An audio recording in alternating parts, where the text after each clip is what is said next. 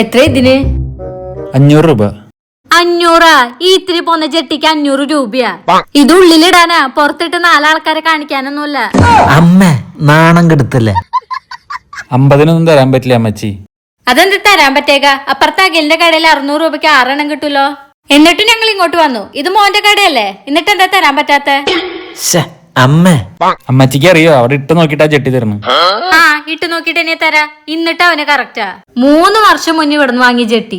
ഇപ്പൊ 6 തുളയുണ്ട്. എന്നിട്ട് ഞാൻ അവന് ഇട്ട് കൊടുക്കും. എന്താ കാരണം? മോന്റെ കടയിൽ നിന്ന് വാങ്ങിയോണ്ട്. അമ്മ ഒരു കാര്യം ചെയ്, നിങ്ങൾ ഇത് വെച്ചോ.